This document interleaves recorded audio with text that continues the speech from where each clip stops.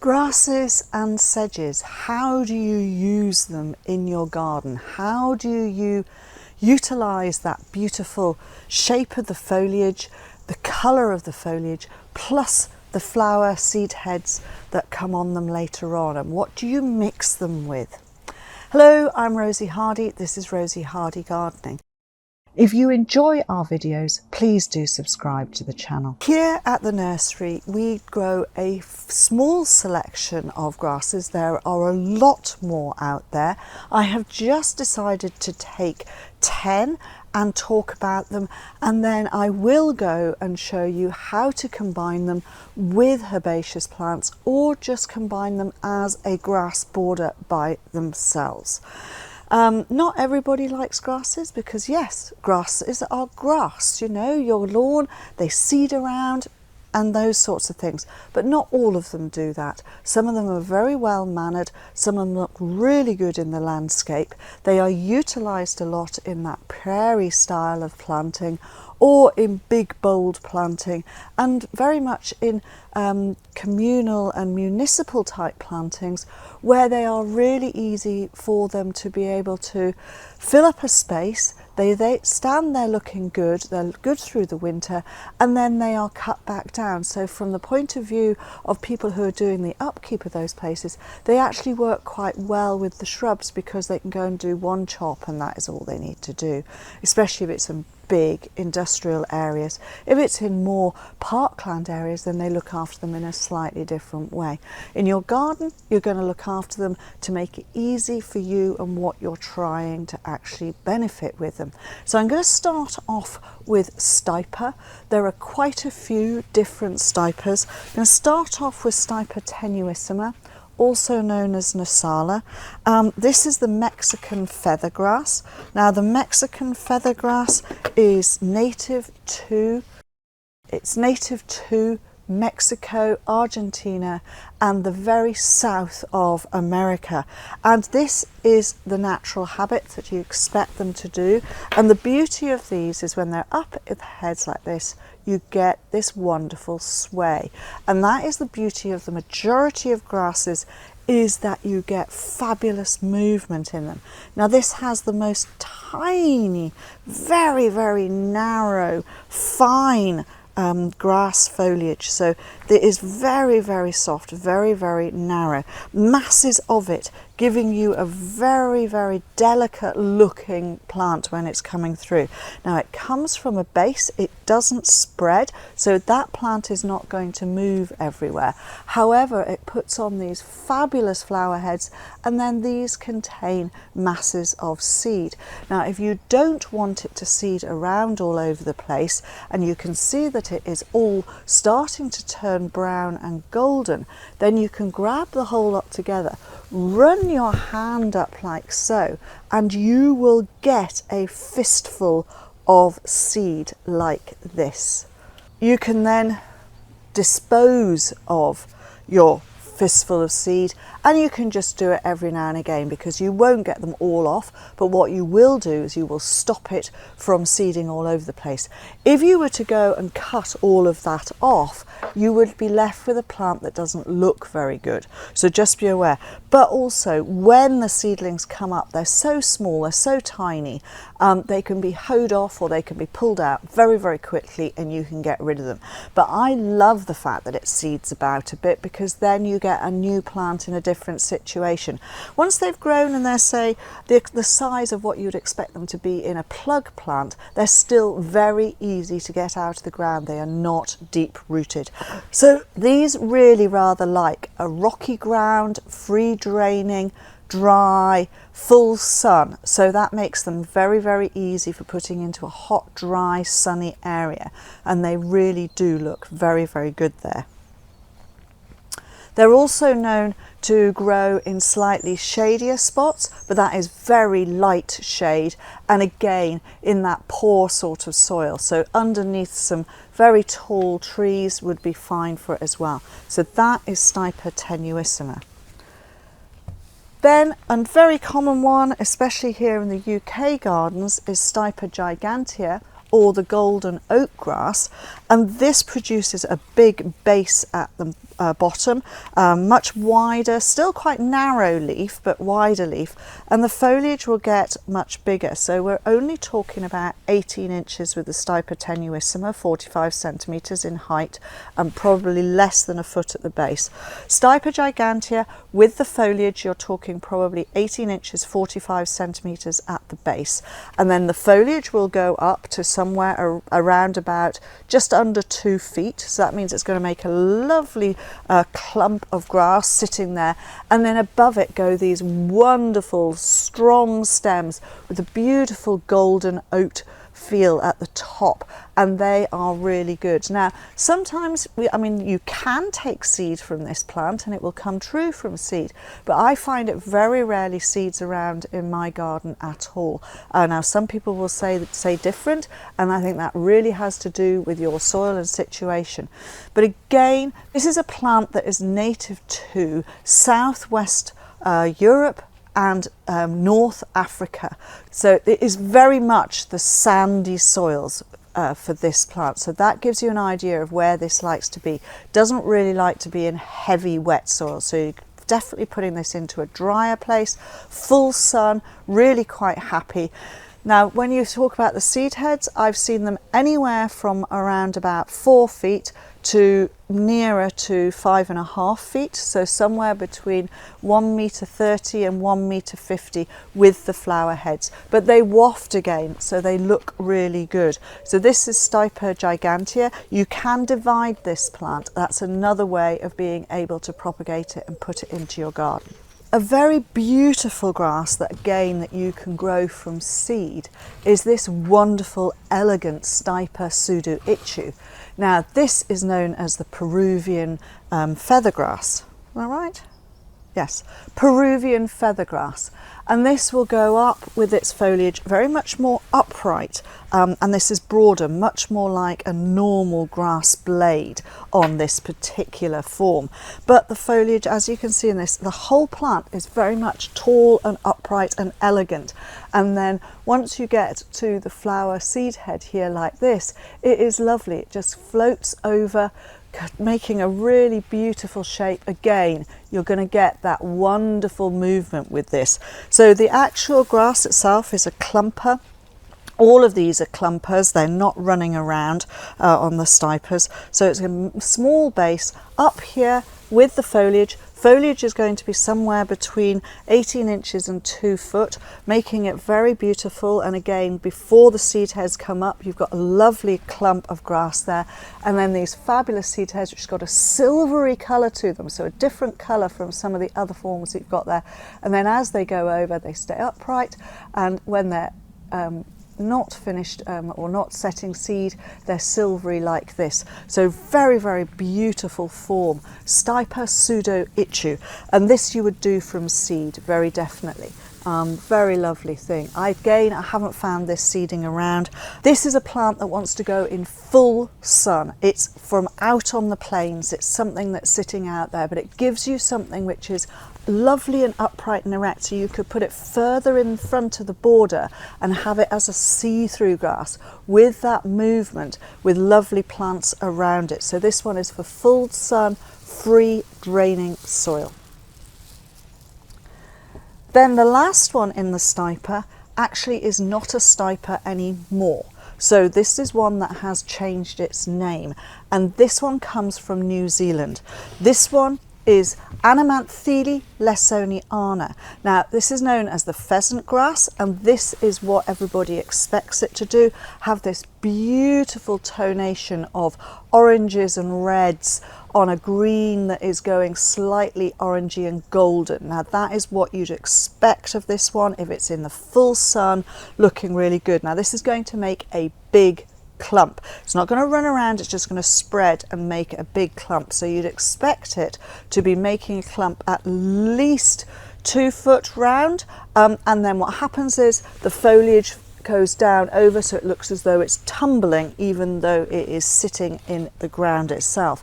When it is in the shade, you get a much greener plant. Now it will tolerate shade, which makes it very, very useful, but you can see the difference in the colour on here.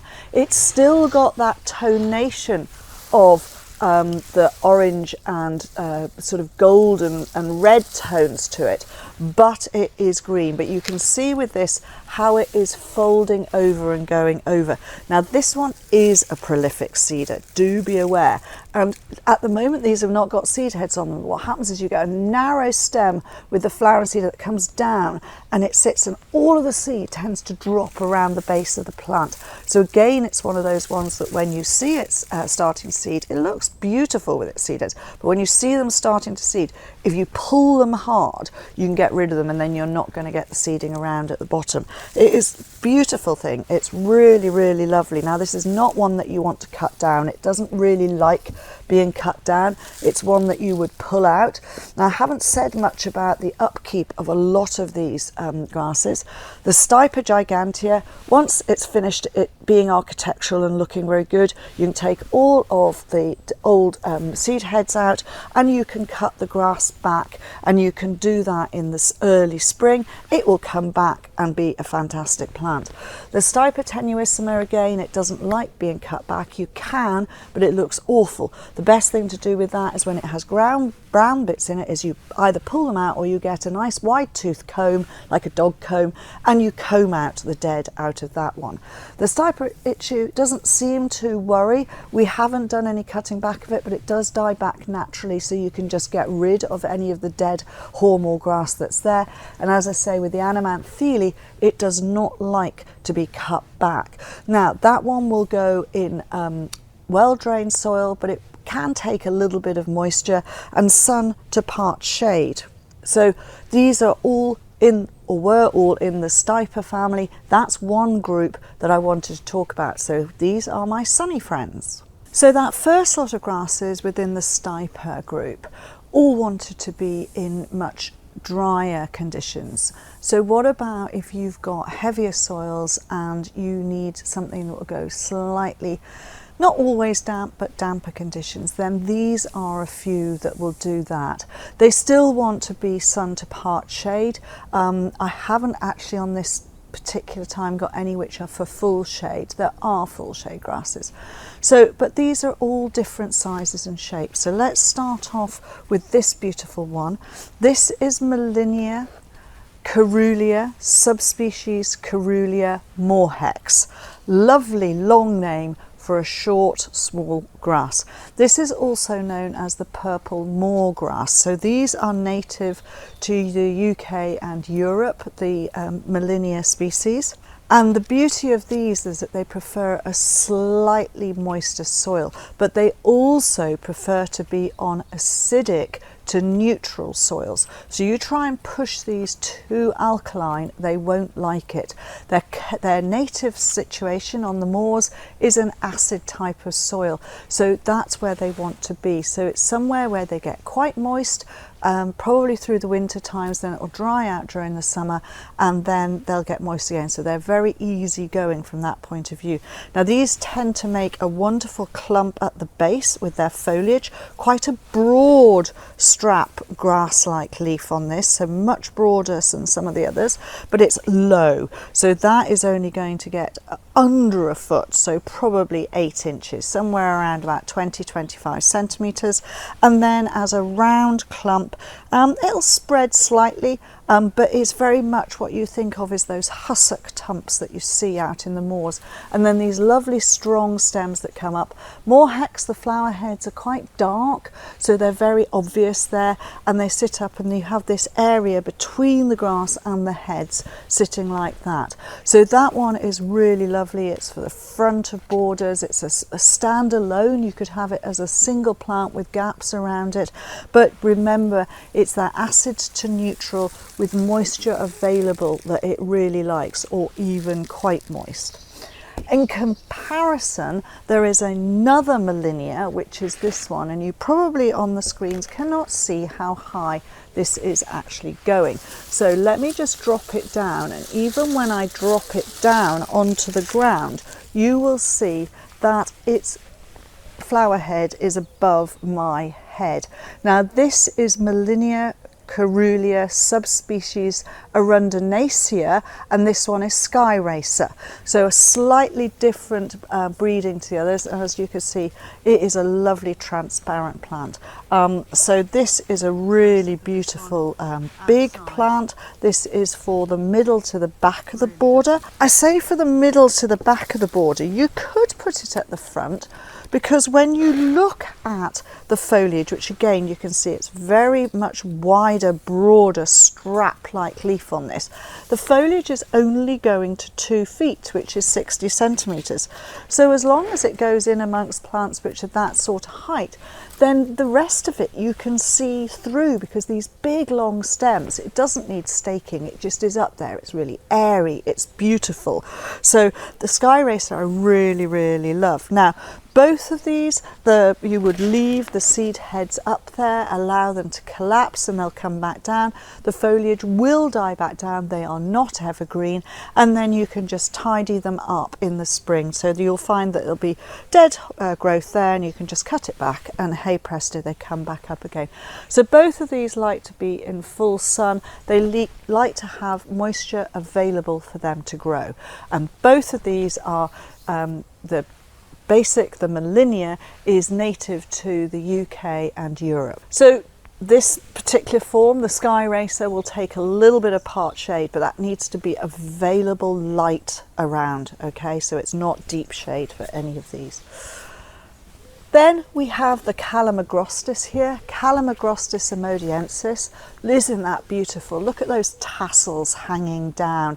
It's coming from, again, quite a broad grass strap-like leaf. It is a clump former, although it will spread slightly. It's starting to spread out here at the side, so this will make a largest clump.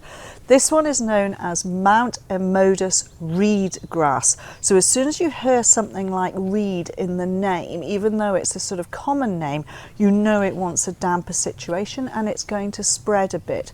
So this one is really beautiful. And what I hadn't noticed when I was just going around and picking up is the beautiful coloration where the stem changes and you get what I've always known as knots. They are lovely purple here, so you can see that as well. Then it goes out in a soft V and then it hangs down with these lovely tassels. Quite beautiful. It's a lovely plant to grow. Give it some space, give it some moisture there, and sun to part shade. This is actually native to the Himalayas and China, that sort of area. And it can get a little bit taller in your garden, so when it's given a good amount of space and its roots to go down, it will be slightly taller than this. So something up to just under 1 metre in height. Foliage will get to 60, 70 centimetres, so it's quite a clumpy, chunky plant when it gets going, but very elegant with these wonderful tassels that are going over there. Let's go to something which is smaller again, and this is Sesleria. Sesleria autumnale, or the autumn moorgrass. This has got white flowers on it, so it shows up in a slightly different way. This is native to southeastern Europe, particularly Italy and the Balkans. So that type of area, it likes a free draining ground, so that is useful, and it'll go in sun or part shade. This is utilised a huge amount by landscapers for gardens, etc., because it runs a little bit and therefore fills up a good space very, very quickly. It looks good in the later autumn. You will be having just grass all the way through until you get to the autumn, and then you get these white seed heads, which are slightly different. Do be aware it does run around. It is something that spreads quite nicely, so that is something to be aware of, but a very useful plant for filling up a big space and looking quite smart. It's not too tall, so that is something that's quite useful. Also, it's very easy because once it has finished, you can leave it there. The heads look very good over the winter time, and then in the spring it can be cut down, so it makes it a very easy grass to look after, and then it's not too bad. But as I say, remember, it's going to run around. It's got young growth coming through here, so it will run a little bit, and that is something, but it is easy to divide, so that is an easy to look after. Sesleria autumnalis. And then one of my favourite grass types is this one, the Pennisetum. Now the Pennisetum is known as the foxtail grass because the flower, or the seed head, flower head there, is very much like a foxtail. This particular one is redhead. And you know, it's a really good form. The fact that I'm a redhead, it's got nothing to do with why I chose this one. It just happened to be coming into flower so that I could show you what it's actually doing. This is a late season form. Pennisetums are wonderful. They make big clumps, as you can see by this. So it's coming from a large clump, and then it is spreading its wings and making a statement that I am here, and then it's going to be flowering. These will lift up and come out of the top of the actual grass stems there itself. So be aware that it's going to make a big plant. So the Pennisetum comes from Asia and Australia. That is why a lot of the varieties are not that hardy in the northern hemisphere. So be aware there are some which are hardier than others. And this particularly, the alopecuroides types, are tough and hardy, and you can grow them pretty well. Now the foliage goes up, it sits up, and it gets quite high. You're talking about a plant that wants to be middle to the back of the border very definitely, unless it is a statement in a you know, by itself. And quite often this is something that could do with having a bit of space around it so that you get to see the beauty of the grass itself. And I think this is where a lot of people go wrong when they're trying to use grasses, is that they stuff them into the middle of a border and then they just get to see the seed and they don't like it very much. What you have to remember is, with the grasses, especially something like this, if you give them and allow them their space and perhaps just put ground cover around them, you actually get to see the beauty of the shape and the form of the plant itself. So they are things which you have to allow space for them to grow into. So this one will take free draining, well drained soil, maybe a little bit of moisture here and there, and full sun. Now let's go out and have a look what we can plant these with and how to lay them out. I've brought the grasses out here so that you can see what they look like laid out. Now I've made the assumption that this is relatively good soil, relatively free draining, with a little bit of moisture retention at the back of the border and at the top end, hence why they are laid out in the way they are. So technically you probably wouldn't put all the Stipa together, but why not? They all want the same sort of conditions and they all are growing in a different formats. So this front edge is the very dry bit of the border, then it gets a little bit moister as we go up to there, and that can happen in a lot of people's gardens. So as we come up to this end here, you've got the moor grasses, you've got the Molinias, and here is that beautiful big Skyracer up here. Then we have the Pennisetum here as well. So all of these would like the same sort of situation. This is moderately full sun, available light all the time. And to be honest, it does look actually quite good done as a border just of grasses. But it's not just straight lines of things. Although this is not a big border, this one here, for my demonstration purposes, there's enough room for plants to be able to get in there. You have the Miscanthus at the end, you have the Stipa pseudoichu, then you have the Stipa tenuissima, then the Stipa gigantea. Then you have the Calamagrostis, emodensis there at the back, because that's going to fill up that space. The Anemanthele here is going to run around and come through. You've got the beautiful Skyracer quite near the front, but you can see its grasses to there, so you're getting this beautiful height. You've got the Moorhexe here and the Pennisetum here. Where have I put the Sesleria? Well, because it runs around, I've used it as a background backdrop, underground planting in the back there, and it does just show up and it fills up a space, it fills up a void. So you could utilize your grasses in this way. You will see that I have put this Pennisetum here in a big patch. Now, one or two of these clumpings I've used more plants to show you the size that they are going to get to. a lot of people have real difficulty understanding how big something is going to get. So I have a trick for that. And no, I am not going to hula hoop. But, and they're not the crisps either. So a hula hoop like this is a 90 centimetre hula hoop. That is the size when you say a plant is going to get to being that big. If you can't envisage that, you're going to plant them far too close together. So if I was to drop that over the top of this Pennisetum, you can see that the grass of the Pennisetum here is actually out to that 3 foot. So it is going to fill up the whole of that space. Now this is quite an easy way of understanding and visualizing what is there. You can use old bits of hose pipe and just make them into circles and make them different sizes and just put them on the ground, and then you will understand that that is how big the plant is going to get. Not only at the top, but it's also going to spread out to the base. So it gives you an idea of how close to put your plants. Now, you can have them slightly overlapping because then you get them touching each other. If you don't want them overlapping, then you give them a little bit more space. Now, in my border course, you will see me utilising the hula hoops, and as I say, it's a really good visual aid. It's something that suddenly came to mind when I was thinking, because people say, I can't work out, I don't understand. And using grids with squares is fine, but plants don't grow in squares. They grow in rounds, and then they creep and move in a sort of sinuous way. So using square blocks is not the easiest way to actually understand how they're going. So if you use some circles and just lay them out, you can see where your planting holes are going to be, and that works really, really well. This is just an explanation of what I meant about the hula hoops and using them and overlapping. So here we have this big one, which to the edge here is 90 centimetres. This one here to the edge is 60 centimetres. And although this one looks a little bit smaller, to the outer edge it is 30 centimetres.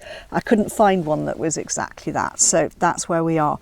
And so I've got them just slightly overlapping, which means that when you put the plants in the centre of these, they'll grow out and they will then just gently be touching each other as they grow on.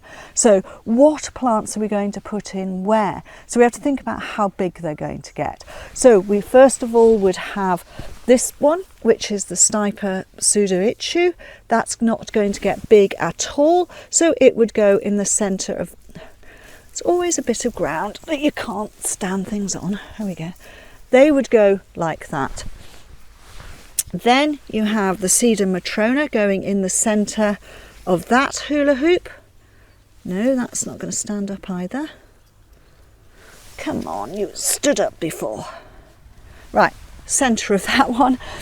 And then we have, as we said, Pennisetum, which is going to get really big, which goes in the centre of that one. So now you can see, even before they grow a bit further, they're all going to match up and be quite a nice close lot of plants. Now if you don't want that to happen, then instead of having a slight overlap on your actual hoops, then space them so that they are literally physically touching. What you can see with this though is the fact that the planting distance between the Stipa and the Matrona is a smaller distance than the planting between the Matrona and the Pennisetum and the Stipa and the Pennisetum. It's a further distance, and that's what you have to remember. It's not always exactly the same distance between the plants, and I think this is what people get a little bit worried about. They sort of think, oh, I've got to put them all like that. No, you need to give them space to grow.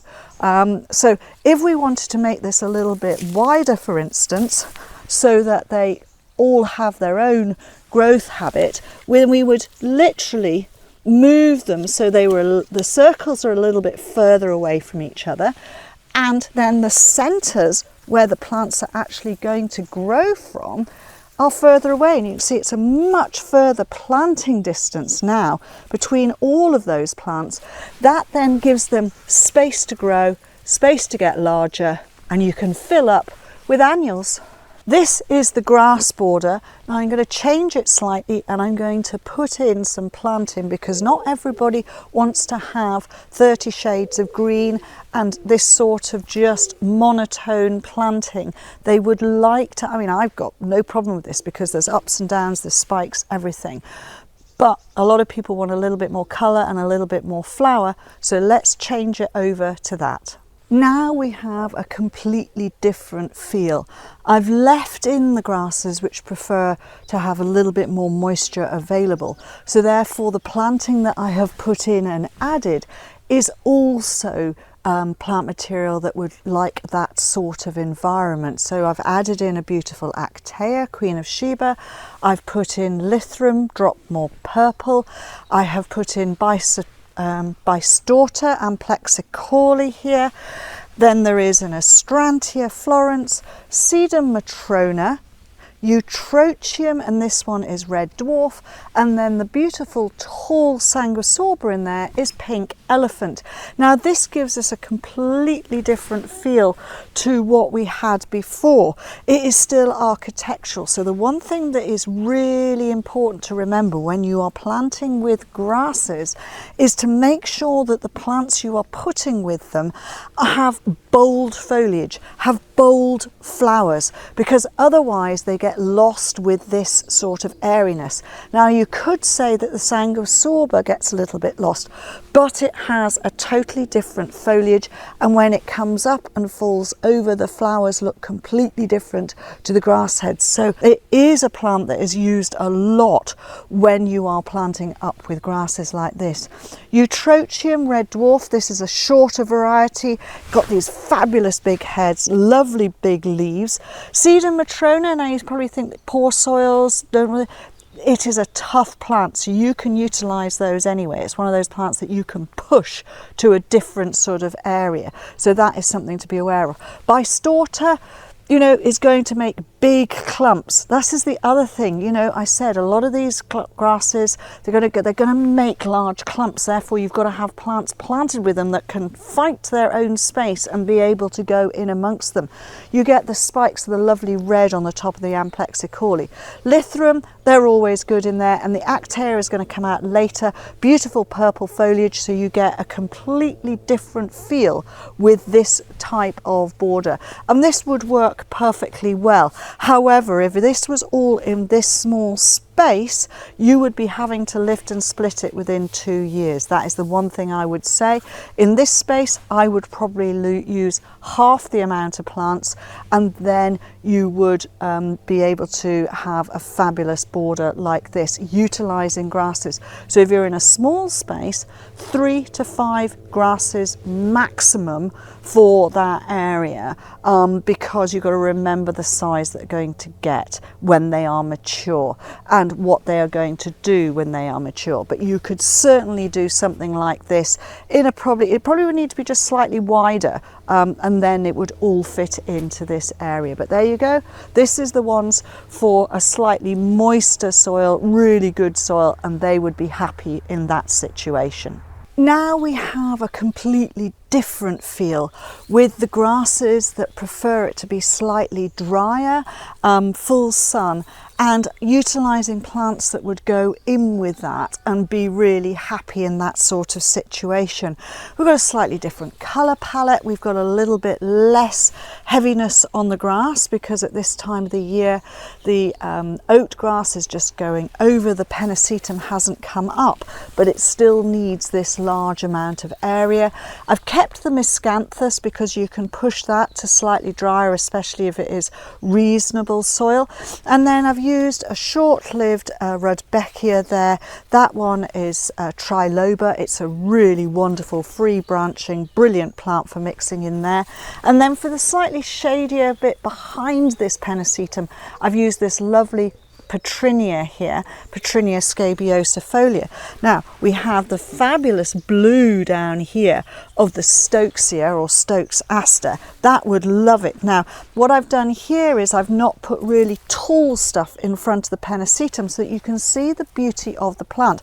So if you keep things lower around the bottom, that is absolutely fine.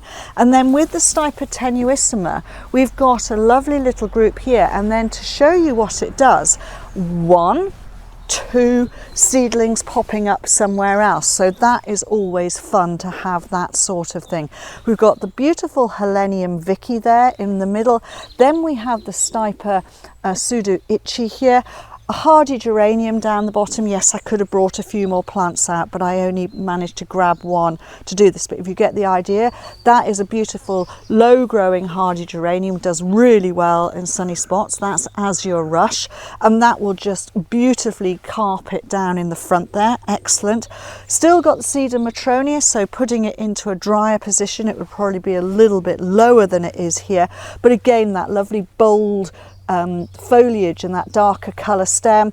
That darker colour stem and foliage goes with the dark stems on the Rudbeckia, it goes with here. So you've got a lovely colour form going through there of a sort of burgundy red tone. And then this interesting plant at the front here, which is not quite in flower yet. On the nursery call it the dinosaur plant. Galatea linosaurus. That way we remember what its name is. This is a UK native. It's a fabulous thing. It was in the aster family. Well, it still is in the aster family, but it's not an aster anymore. So Galatea, and this will flower with tiny little yellow daisies all over in these sprays. So it's a really effective and slightly different type of plant to put in. I think works very, very well with grasses. So yeah, that is the border that we've got here, a completely different feel. Stipa gigantea is in the middle there as well. So all looking really good, a lovely different feel, still utilising grasses, putting in perennials. You can use shrubs as long as you've got things which have got bold leaf for contrast in the way of foliage, then they will all work and they like the same sort of conditions. But just remember, if you put a big shrub in, you need to have something maybe softer in the way of grasses below or something wispy in front of it so you get that movement. You've always got to remember what you want them to look at and what you want the feel to be. This I feel is soft and flowing. So was the one before, which was for slightly damper.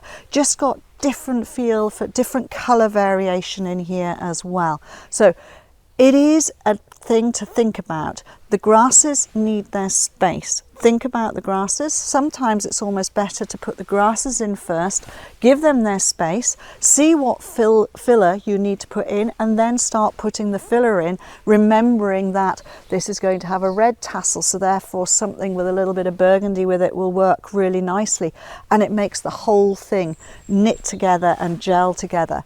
And I actually like, well, I like both of the ones that I've produced, but there you go. This is the one for the slightly sunnier position.